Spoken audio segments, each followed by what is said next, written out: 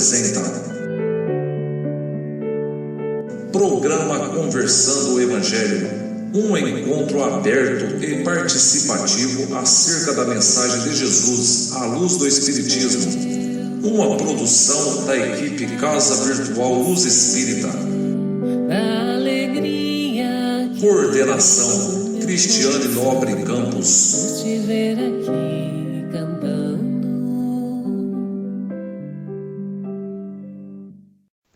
Boa noite, amigos. É com muita alegria que estamos juntos novamente para mais um Conversando o Evangelho. Sintam-se todos abraçados e acolhidos, não somente pela nossa equipe que se faz presente, mas por todos aqueles espíritos que nos acompanham. Nossa equipe hoje está sendo composta pela Ana Paula, o Devanir, o Donizete, a Ione, Dr. Joel, a Poliana, a Rita e eu, a Cris, que estaremos fazendo leituras e comentários. Hoje o nosso tema é Providência Divina, é o capítulo 25, item 6 do Evangelho segundo o Espiritismo. Então vamos nesse momento, serenando a nossa mente, vamos nos concentrando e elevando o nosso pensamento ao Pai, sintonizando com os nossos mentores espirituais, os nossos amigos da colônia Maria de Nazaré e todos os espíritos que neste momento estejam aqui junto conosco para nos iluminar ou para construir e aprimorar esse conhecimento que vamos adquirir. Pedimos permissão a Deus para dar início ao nosso encontro de hoje com a prece de abertura que será feita pela Rita. Boa noite. Senhor Jesus, Mestre querido, que vossa luz possa cair sobre nós neste momento, que nossos corações possam se encher da vossa tranquilidade nesse início de estudo da noite. Pedimos, Senhor, que nos ilumine, que a cada palavra que for proferida aqui nos traga a certeza do vosso amor por todos nós e que possamos tirar todo o proveito possível para nossas vidas. Traga, Senhor, os bons espíritos que orientam esse trabalho, que eles possam nos iluminar e nos ajudar a compreender sua palavra, nos dando boa inspiração e paz. Que assim seja, graças a Deus. Que assim seja, damos graças a Deus. Após essa prece tão bonita da Rita, vamos pedir ao Devanir que proceda a leitura da mensagem de hoje. Uma boa noite a todos. Vou ler uma mensagem com o título Quem Nunca Chorou? Há quanto tempo você não para um instante para pensar nas coisas simples da vida? Há quanto tempo você não para um pouco? As pessoas hoje em dia não têm tempo para nada. Uma correria tão grande no trabalho, na faculdade, no trânsito. Até nos templos religiosos estão correndo. Quantas vezes não vi pessoas em depressão precisando de um pouquinho de carinho e ouvidos sinceros? E ouvimos do pretende ao serviço cristão a pré-pronta frase: olha, faça uma prece, eleve seu pensamento, peça a Jesus e pronto. Pronto? Para quê?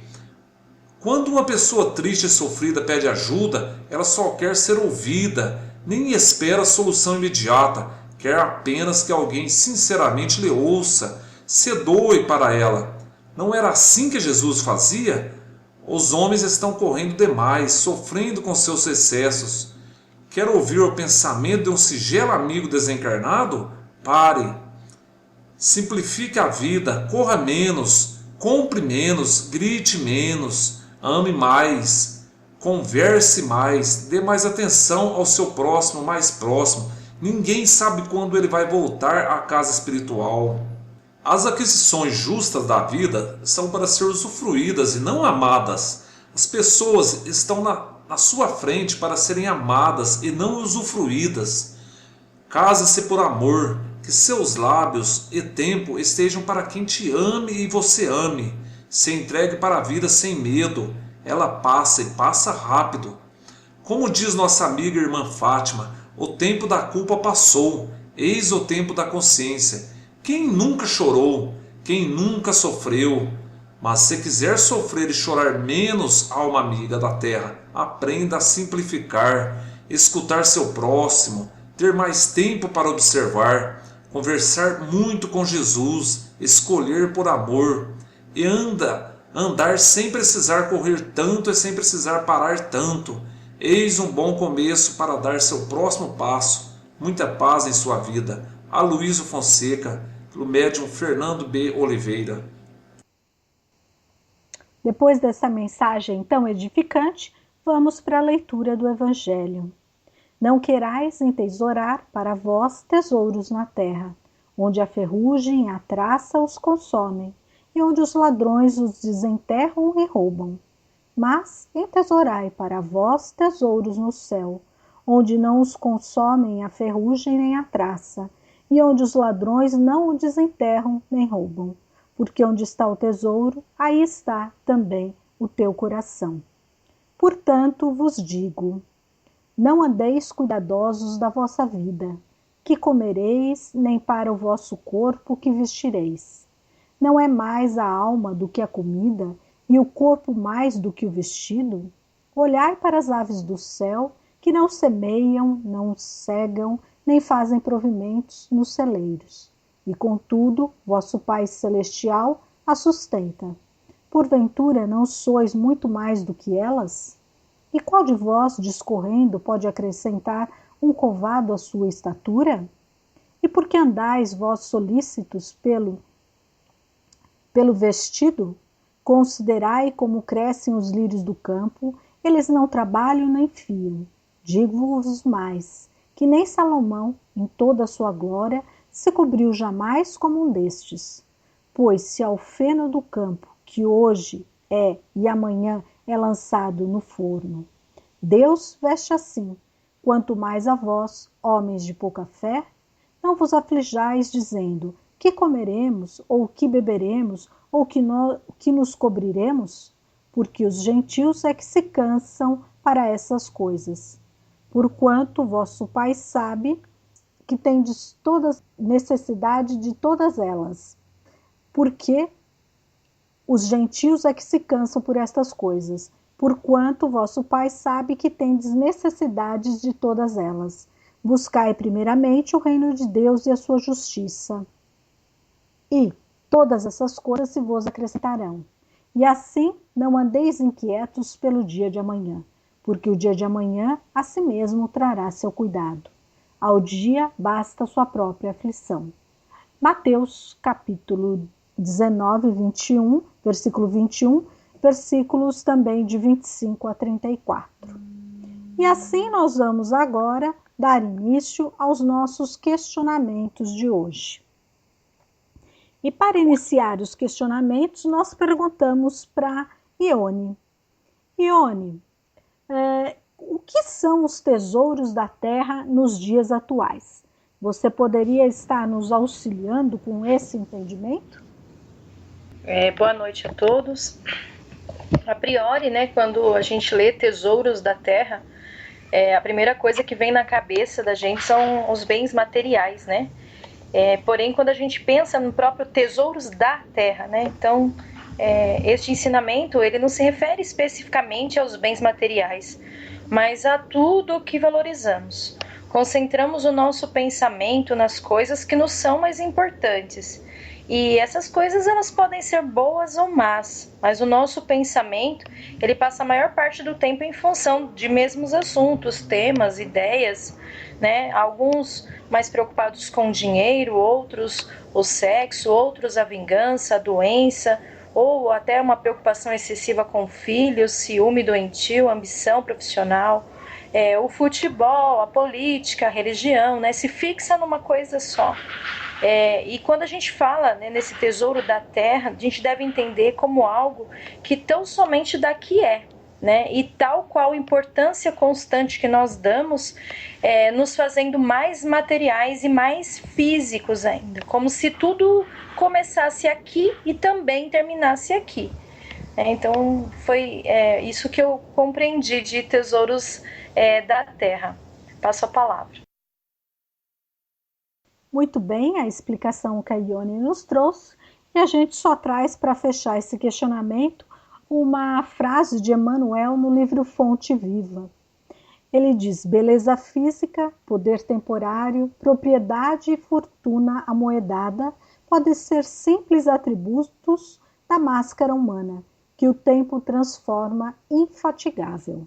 Então, daí a gente já tem um entendimento desse tesouro supérfluo, né, esses bens supérfluos, que a gente entende muitas vezes como tesouro da terra.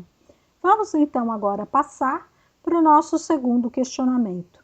E a gente pergunta para o Donizete. Donizete, nós já entendemos agora o que são os tesouros da terra e como você poderia nos explicar, então, os tesouros dos céus. Boa noite a todos. Bem, a Ione foi muito bem na pergunta anterior, porque muitas pessoas ainda acumulam tesouro na terra.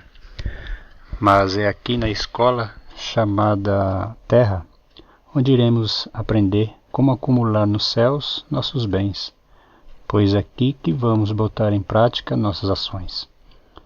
Ajuntam-se tesouros no céu quando as ações são resultado da estrita obediência a Deus aqui na terra. Note-se que, quando Jesus proferiu essas palavras, estava no meio de suas mais famosas pregações, conhecido como Sermão do Monte. Ele falava do exercício da justiça, mas não para a obtenção do reconhecimento do homem, mas o de Deus, que daria a devida recompensa. Ajuntar tesouros no céu tinha a ver com viver a plenitude da vida com os valores espirituais do próprio céu, não com as vãs filosofias daqui da terra, por mais utilitárias que pudessem parecer. Como então podemos ajuntar tesouros no céu? Bem, desenvolvendo nossa fé através da oração pessoal e familiar, do estudo das Escrituras, da frequência religiosa, do cumprimento dos mandamentos de Deus e de buscar compreender as verdades do Evangelho e segui-las, podemos desenvolver uma fé inabalável, cultivando a esperança, desenvolvendo a caridade, pois caridade é a forma perfeita de amor, é o puro amor de Cristo. Não se trata somente de atos de bondade, mas agir movido por amor, como que Cristo sentiu por nós. Servindo ao próximo, pois o auxílio material, físico, emocional, espiritual para com os irmãos em sua necessidade, quando nos colocamos à sua disposição e agimos conforme inspiração, corações são acalentados, orações são respondidas e o céu se regozija. Fortalecendo nossas relações familiares, isso ocorre quando dedicamos tempo à família, quando somos gentis, amorosos, respeitosos, leais, quando ensinamos princípios elevados e orientamos nossos filhos, enfim, quando as relações familiares estão no topo de nossas prioridades. Todo bem que fizermos em nome do Senhor resultará em tesouros ajuntados no céu, mas o maior bem de todos é levar outras pessoas ao conhecimento de Jesus como único Salvador. Essa é a melhor forma de se acumular tesouro nos céus. Passo a palavra. Diante dessa explicação tão clara do Donizete, né, acreditamos que não temos mais nada para estar acrescentando.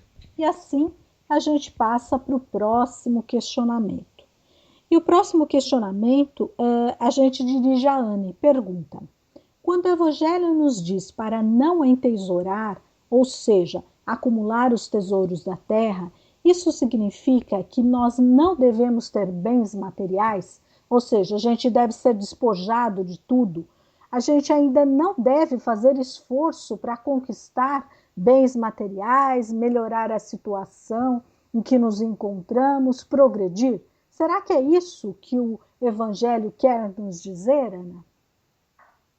Bem, ao contrário do que geralmente se crê, Jesus aqui ele não condena as riquezas, pois quando elas são utilizadas de acordo com a vontade divina, proporcionam 3 ordens de progresso em nosso planeta, que são elas: o progresso material, porque fornece trabalho ao povo por melhorar as condições físicas da terra e por criarem bem-estar e conforto para todos; o progresso intelectual, porque desenvolvem as artes e as ciências; e o progresso espiritual, por proporcionarem aos seus detentores nos meios suficientes para a prática do bem em larga escala. Jesus ele nos ensina que não nos escravizemos às riquezas, não façamos dela a finalidade da nossa existência. As riquezas são transitórias e devem ser usadas como úteis instrumentos de trabalho em benefício da coletividade. Passa a palavra. Bom, Cris, eu só vou entrar aqui na conversa para dizer que, assim, muitas vezes as pessoas olham para o espírito, ou para aquelas pessoas que são mais religiosas com a afinco e imaginam, né? Nossa, essa pessoa é religiosa e tal, né? Por que ela está comprando um carro X, uma casa Y? Uma vez que a religião prega que, teoricamente, nós devemos despojar dos bens materiais, né? Isso é uma visão muito, eu acho que às vezes até mesmo egoísta ou até hipócrita, porque querendo ou não, nós temos que sobreviver nesse mundo. Claro, né, sem ostentar, porque aí a ostentação já é um outro tema, mas nós temos que ver que sim, que ter bens materiais é importante para nossas, para não vou dizer para sobrevivência, mas para termos uma vida boa, até porque muitas vezes precisamos dessas coisas, né? Então não dá para viver em extrema pobreza, uma vez que a gente pode ter esses bens materiais e pode adquirir riquezas para até ajudar os outros, né? Então ser espírita ou ser de uma religião não significa que necessariamente nós não podemos sequer ter uma roupa decente para usar, né? Então só fazendo esse paralelo aí. Bom, juntando o que a Ana falou e a Poliana falou, mais uma vez a gente vem lembrar do discernimento, né? Na verdade, mais do que ter um bem material, né, de ser rico ou não ser rico, é o que a gente faz para conseguir essa riqueza, para conseguir esses bens materiais. Como a Ana colocou, né, a lei do progresso existe. Então, é comum, a Poliana salientou muito bem isso, a gente ter necessidades. Nós estamos no mundo material, nós somos materiais ainda, temos um corpo, né? O que não é bom é aquele sentimento de posse excessivo. É aquela vontade que faz a gente só querer adquirir bens materiais e deixar a vida espiritual do lado. Então não há nada contra qualquer cristão que queira ter uma casa confortável, um carro confortável, que queira fazer uma viagem, que queira ter uma roupa que ele acha que é interessante, bonita, diferente, né? O que ele está fazendo para conseguir isso? Se ele está usando todo o tempo dele e não desenvolvendo o lado espiritual para ter somente esses bens, está incorreto. Agora, se ele está desenvolvendo o lado espiritual, o que a gente imagina que, se são cristãos, devam estar procurando isso. E com o trabalho digno, né? Não é roubado, não é humilhando as pessoas, não é fazendo os outros de escravo, não é? Se ele consegue o dinheiro para ter esses bens, por que não ter? É importante a gente ter essa visão, para a gente não cair naquela utopia, né, de que por ser cristão a gente não pode ter nada, nem o conforto, né? Longe disso, Jesus já nos ensina. Dai a César o que é de César e a Deus o que é de Deus. Se estamos no mundo material, temos que ter bens materiais, inclusive para poder sobreviver e continuar pregando, né, levando esse bem a outras pessoas. Então é importante que a gente tenha essa visão. E tem uma frase que diz: na busca incessante do ter, o homem esquece do ser, passa a vida tendo tudo e acaba sendo nada. Então veja aqui a importância, porque eles coloca-se, na verdade, com essa pequena frase, que a gente não sabe de quem é o autor, mas o equilíbrio que a gente tem que ter entre o ter e o ser, né? Sempre tendo as necessidades supridas, mas sendo espiritualmente muito mais do que a gente possa ter materialmente, ter muito mais espiritualmente.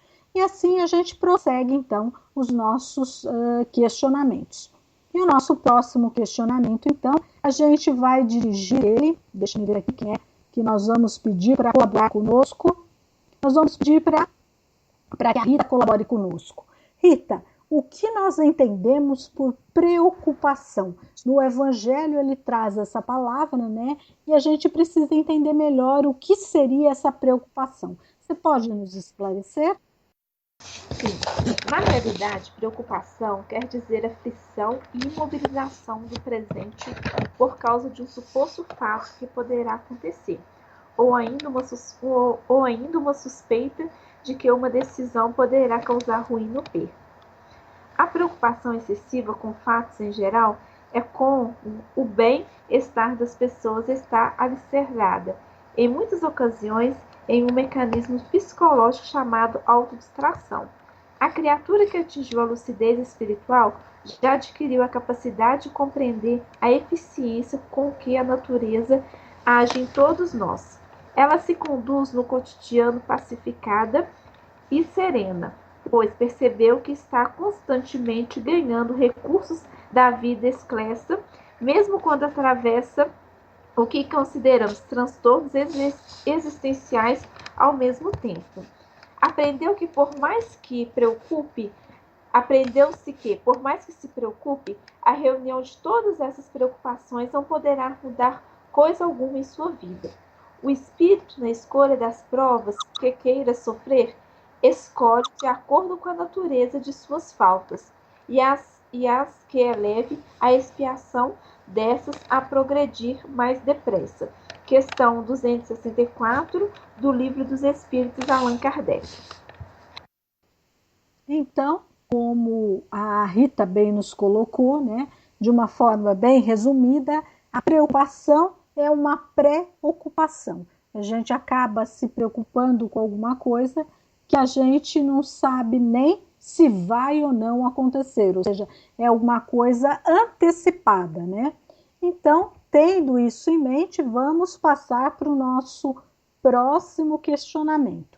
Nosso próximo questionamento, a gente pergunta a Poliana: Poli, tendo entendido o que significa preocupar-se, e lendo o Evangelho que nos diz que não devemos nos preocupar com o alimento, nem com o que vestir, podemos supor que a fé basta para suprir todas as nossas necessidades materiais? Por quê? Nós já comentamos um pouco sobre isso, mas seria importante, se você pudesse complementar mais, né? Trazer mais subsídios aqui para que a gente entenda isso melhor. Bom, depende do preocupar, né? Eu acho que o preocupar exacerbado, ele acaba fazendo as pessoas surtarem. E a questão do preocupar aqui em um nível equilibrado, ele deve acontecer. Por quê? Porque só a fé de que tudo vai cair dos céus, né, como aquela grande utopia de que Deus nos dará tudo do jeito que quisermos, ela não existe, né? Então, pessoas não adianta ter essa fé de que tudo vai cair do céu. A fé é importante, sim, mas nós devemos lembrar sempre do trabalho, uma vez que não adianta apenas querer, devemos buscar formas de conseguir. Então, Deus, como algumas citações que eu não cheguei a pegar aqui, que não adianta pedir que Deus nos dê comida, né? Nós temos que pedir o trabalho, nós temos que pedir um instrumento para adquirir essa comida. Então, aqui o que eu entendo é justamente isso. Nós não devemos nos preocupar porque, sim, né, as nossas necessidades serão atendidas, só que elas só serão atendidas a partir do momento em que nós trabalharmos, a partir do momento em que nós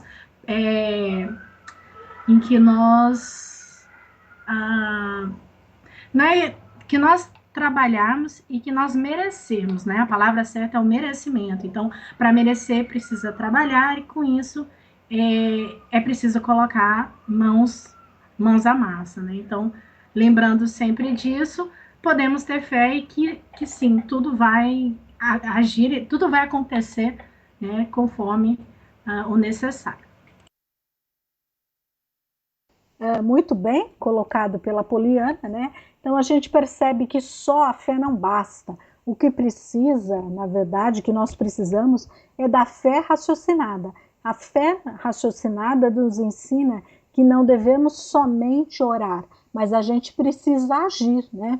E aí a gente lembra uma piadinha que até fazem, né? Dizendo que o Senhor pedia, né, todos os dias para Deus, em suas preces, para ganhar na loteria.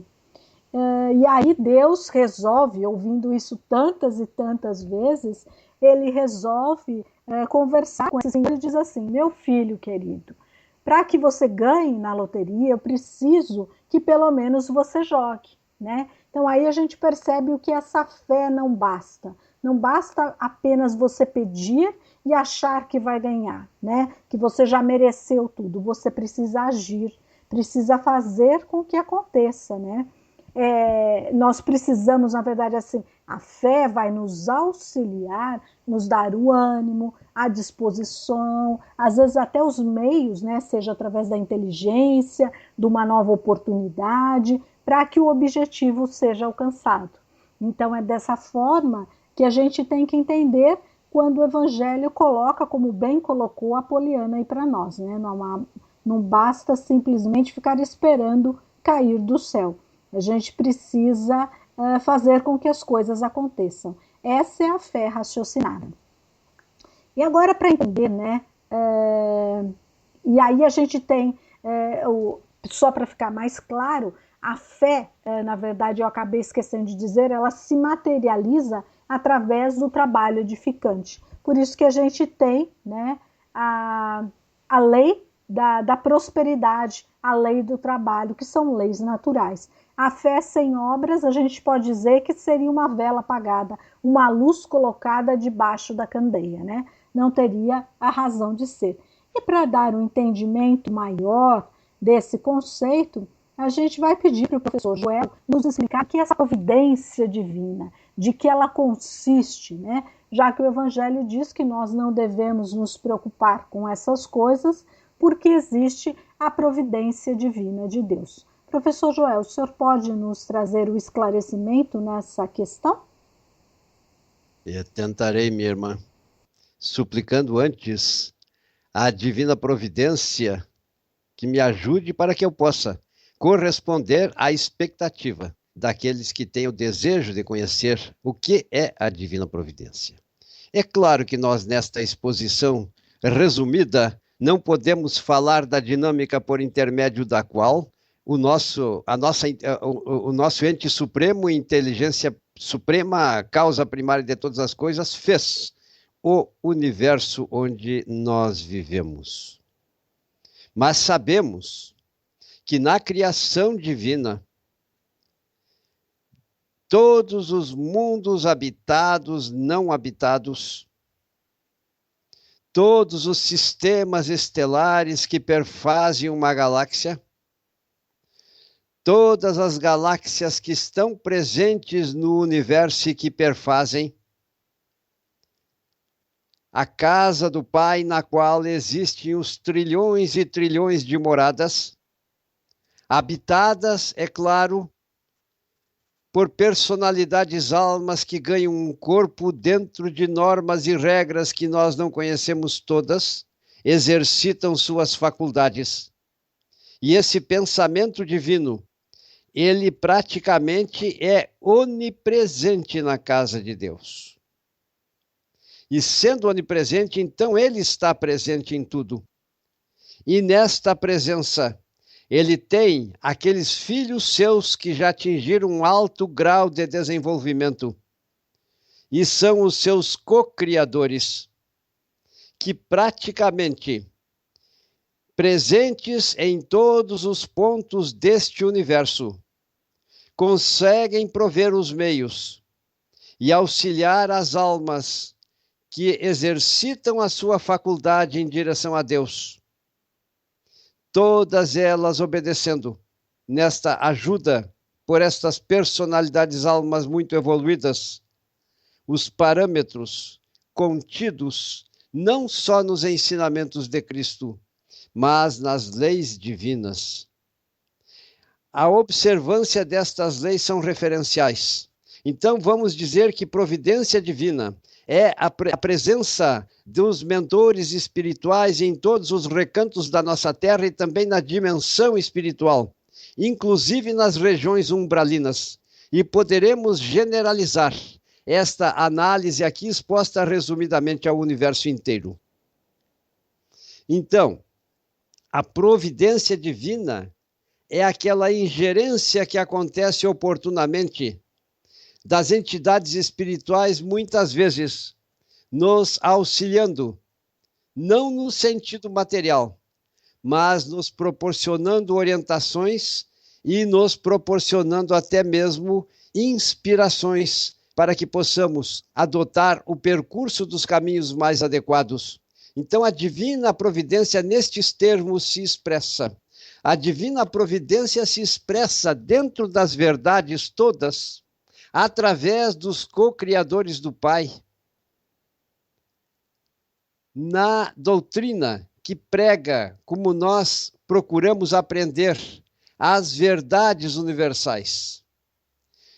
No livro dos Espíritos, sabemos que essas leis divinas se acham contidas, são estudadas e avaliadas de maneira muito sábias para o nosso entendimento. E as mesmas servirão como ponto de partida em nosso trajeto evolutivo para que possamos perceber que as mesmas podem ser amplificadas. E assim, na medida em que esta amplificação vai acontecendo, nós conseguimos fazer com que cresça a nossa maturidade, a nossa capacidade interpretativa, a nossa capacidade analítica, o nosso aprendizado, evolução, enfim, em direção a Deus.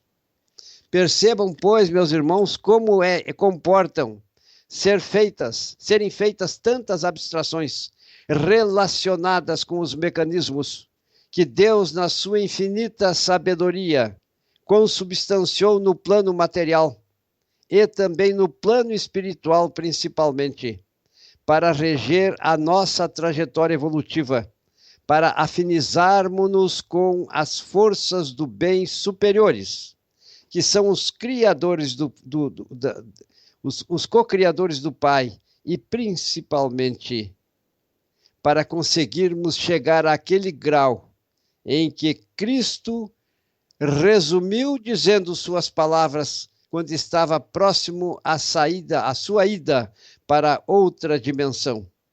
Amai-vos como eu vos amei. No dia em que tenhamos conseguido isto, então nós estaremos praticamente exercendo a prática de todos os ensinamentos contidos na lei da adoração, na lei do trabalho, na lei da destruição e assim por diante em todas as leis. Porque percebam, meus irmãos, não é nosso propósito repetir ipsis literis os conteúdos do Livro dos Espíritos, mas o nosso convite para que todos procurem se informar a respeito dessas leis divinas, porque todas elas servem como referenciais para a nossa trajetória evolutiva, e essas leis são os instrumentos dos quais o nosso Pai Celestial se valeu para administrar, auxiliado por seus co-criadores, é claro, na nossa trajetória evolutiva, e isto é a divina providência. E para completarmos, nas regiões umbralinas também existe a presença da divina providência, onde espíritos superiores descem a estas regiões, muitas vezes auxiliadas pelos mecanismos da mediunidade, pois que precisam, através dos médiuns, baixar sua frequência vibratória, para que possam ter acesso às entidades que sofrem, que são recalcitrantes no mal.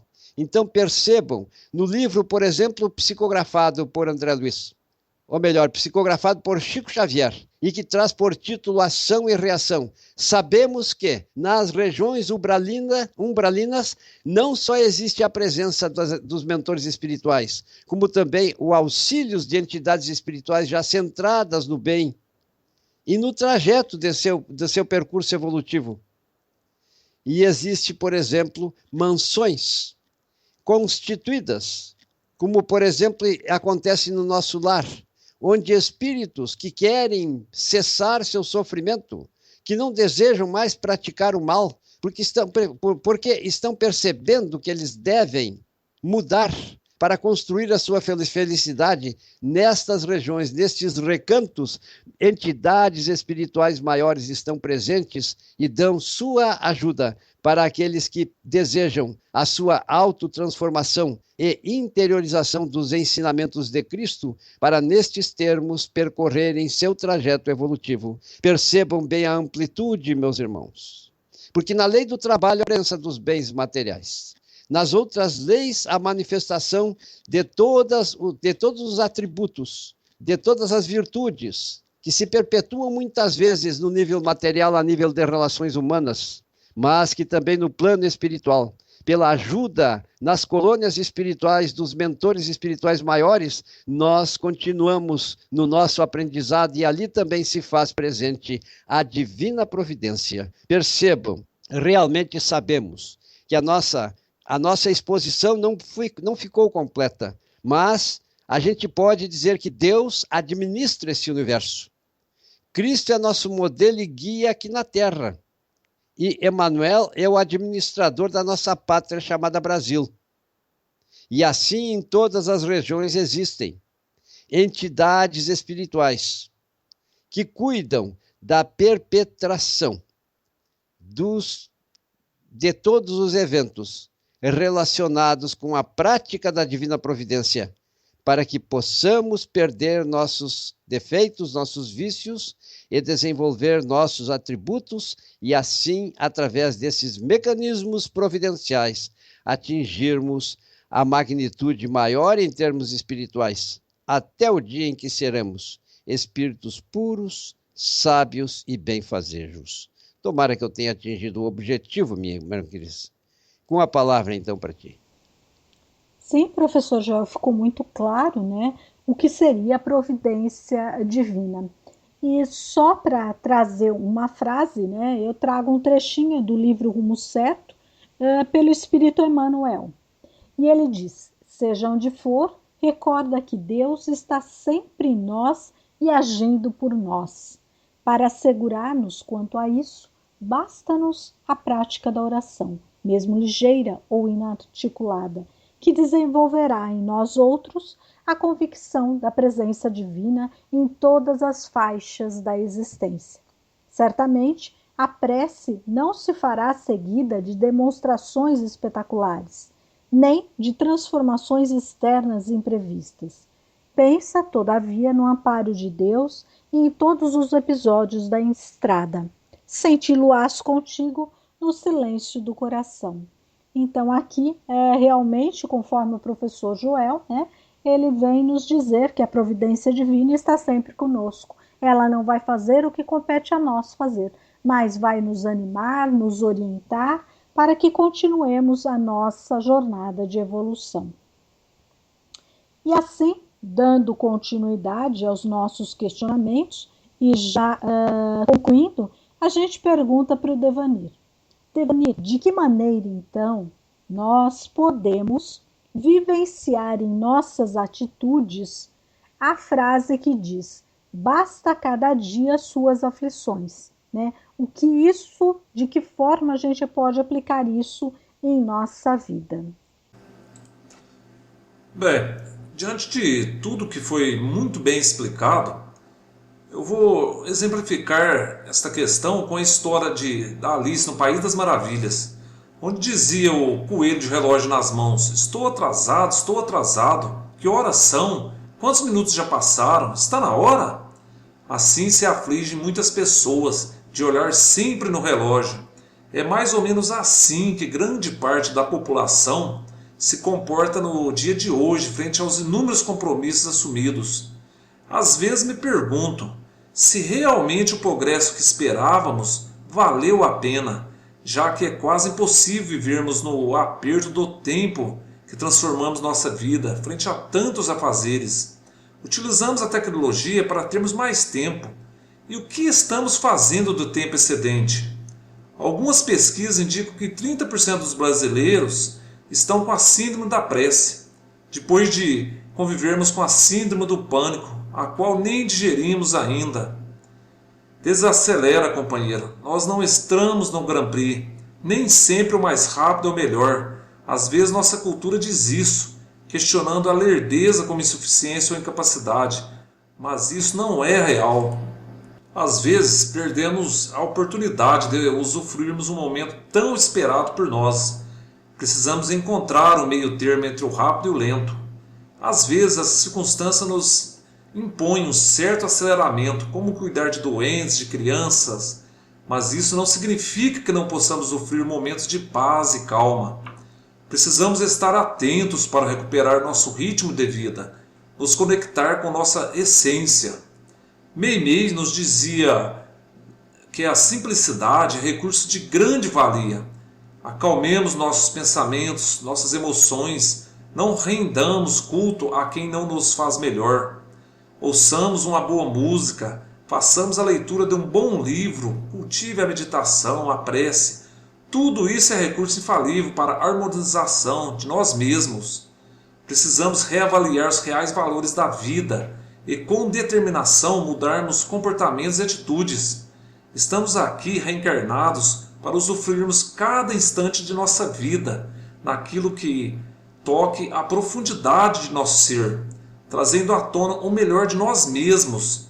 E isso não precisa de correria desenfreada, afinal a evolução não dá saltos, mas se faz paulatinamente com trabalho, serenidade e constância. Basta cada dia sua aflição, dizia Jesus. Vivamos um dia de cada vez, na plenitude que Ele nos proporciona. Na vida há algo mais do que incrementar nossa velocidade, como já dizia Mahatma Gandhi. Diante dessa explanação do Devanir, eu não sei se mais alguém tem algo a falar, senão nós passamos já para as considerações. Eu gostaria. Eu acho que Pois não, professor. É que eu estava desligado o microfone, eu peço desculpas. Se me é permitido, é bom lembrarmos que em nós sempre ficam registrados todas as nossas atitudes e, na verdade, então nós somos um computador de origem divina. Então, pode-se dizer que podemos vivenciar esta frase pelas leis de causa e efeito que se perpetuam em nós, que se perpetram em nós, quero dizer, porque, na verdade, a gente sabe que esses registros requerem os processos de reparação, de aprimoramento, de evolução, de reconciliação com os nossos inimigos, enfim, requer tanta coisa que decorreram e decorrem, às vezes, do mau uso ou do uso equivocado do nosso livre-arbítrio. Então, nesses termos, podemos dizer que dificilmente um ser é completamente feliz quando em trajeto evolutivo aqui na nossa Terra. Daí, então, a palavra de conforto, dita pelo próprio Cristo, basta a cada dia as suas aflições, como tu dissestes, minha irmã. Tomara que eu possa ter sido bem sucedido nessa colaboração. É só acho que é bem para complementar o que diz nessa máxima aí, né, do Evangelho, porque a gente pensa, quando eu li esse porquê o dia de amanhã, né, como o professor João acabou de fazer essa retomada, já veio novamente no meu pensamento, esse trato que nós temos que ter com as nossas ansiedades, né, que muitas vezes são ansiedades que fazem com que a gente se preocupe muito com o futuro, com o amanhã, e deixa de viver o hoje, né, e o hoje está aí, é o nosso presente, né. Não é à toa que chama presente, realmente é um presente todos os dias na nossa vida e que a gente tem que procurar viver o dia de hoje, né? Sem se preocupar tanto, sem fazer tanto, não que a gente não possa sonhar, não criar, claro que temos esse direito, mas que a gente não fique preso à ideia de pensar tanto no amanhã, e aí muitas vezes a gente perde o dia todo pensando nesse amanhã e deixa de viver o dia de hoje. Né? Então é só essa colocação aí que eu gostaria de fazer. Obrigada. Muito bem colocado. É exatamente isso, né? Esse para cada dia basta, né? A sua preocupação é exatamente a gente viver no presente. Em uma das mensagens do irmão Mateus, ele fala momento zero. Por quê? Porque às vezes a gente gasta tanto tempo ou mergulhado no passado ou mergulhado no futuro que a gente esquece de viver o momento presente. E o momento presente é a única forma que a gente tem de construir o futuro e ter um passado, né? Porque se a gente não vive o momento presente, efetivamente nós não vamos conseguir construir nada. E se a gente diz que confia em Deus, muitas vezes, né, na maioria das vezes, quase todas as pessoas, ou pelo menos todos os cristãos, dizem que confiam em Deus. Mas, efetivamente, parece que a gente não confia. Então, na verdade é assim, porque a gente acaba deixando tudo nas mãos de Deus, né? Então a gente acaba sobrecarregando e esquece de fazer a nossa parte. Então, confiar em Deus significa também a gente saber das nossas responsabilidades e assumi-las, né? Fazendo a nossa parte. Somente assim Deus poderá nos auxiliar. E agora, então, para finalizar, né, a gente traz não os comentários finais, né, mas a gente vai trazer uma música.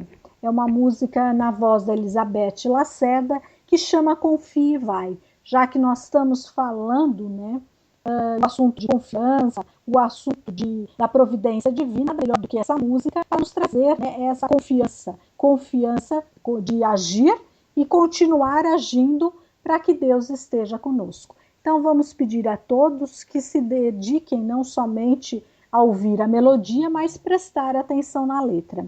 E logo após a gente vai proceder à prece. Mas vamos ouvir a música agora.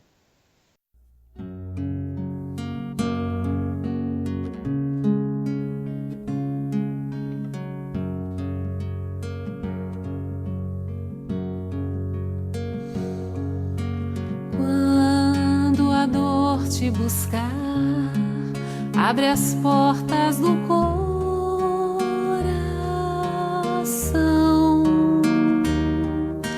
Pense naquele que um dia na cruz demonstrou compaixão. Mesmo que tudo pareça não ter uma solução,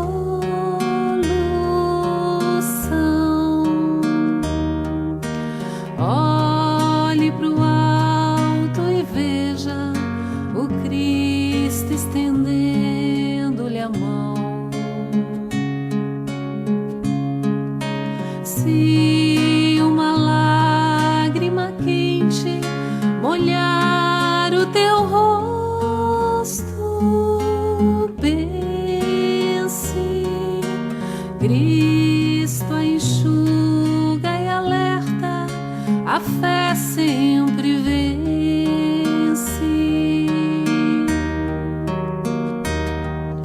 Levanta-te, vai em paz, assim Ele nos convidou.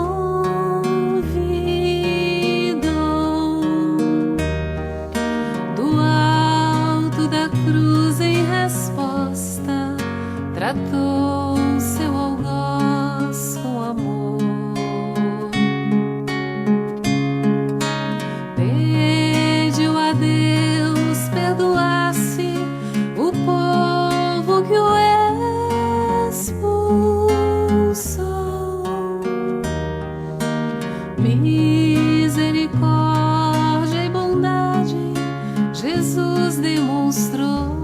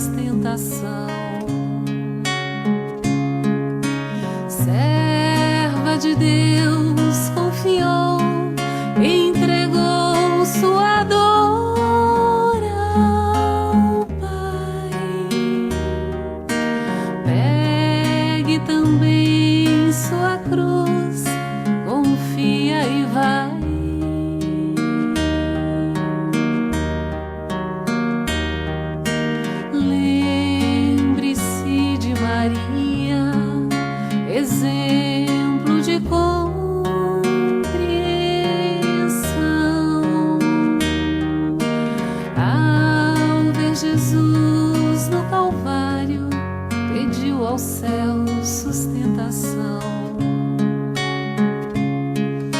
Serva de Deus confiou, entregou sua dor ao Pai. Pegue também sua cruz, confia e vai.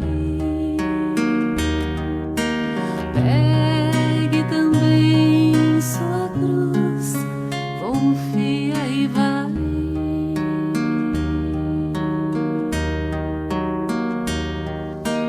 Pegue também sua cruz, confia e vai.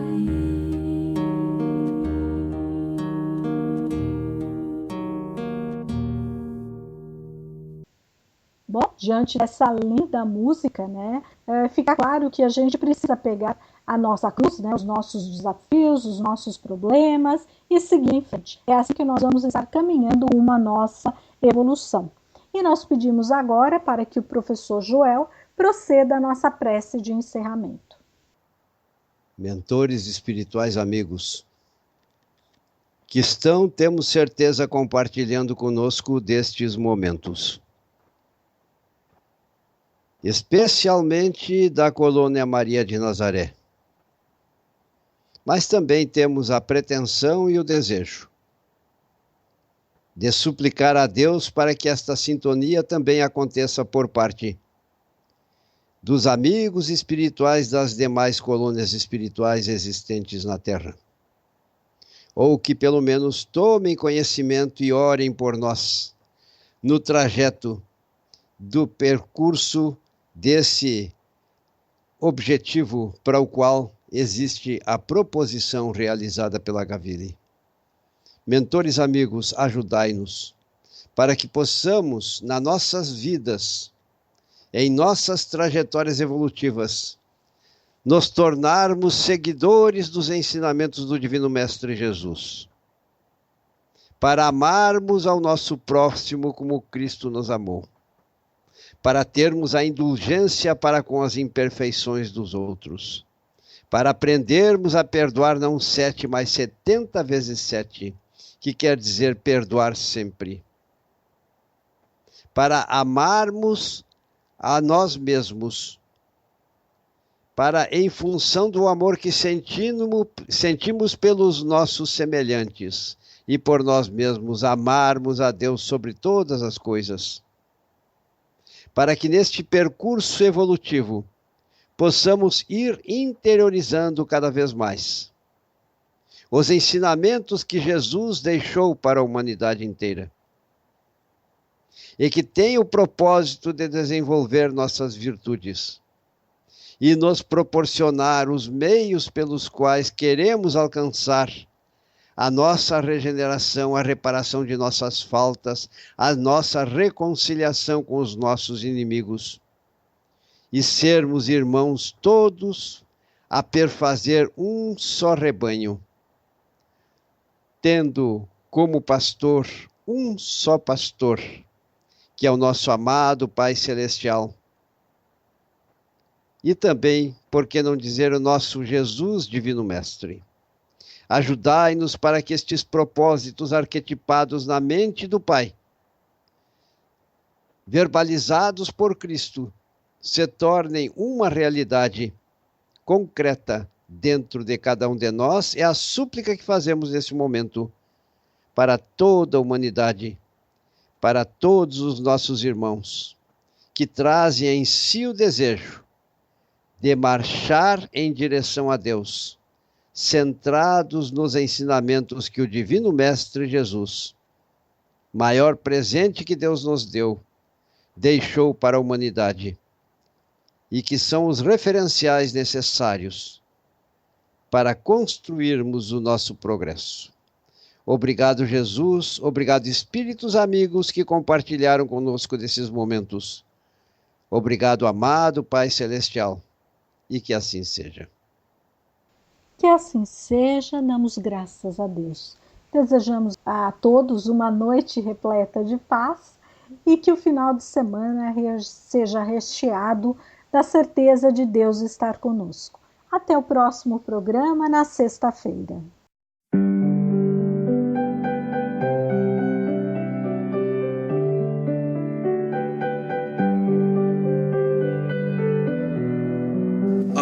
Rádio Cavile apresentou Programa Conversando o Evangelho, uma produção da equipe Casa Virtual Luz Espírita. Acesse www.cavile.com.br.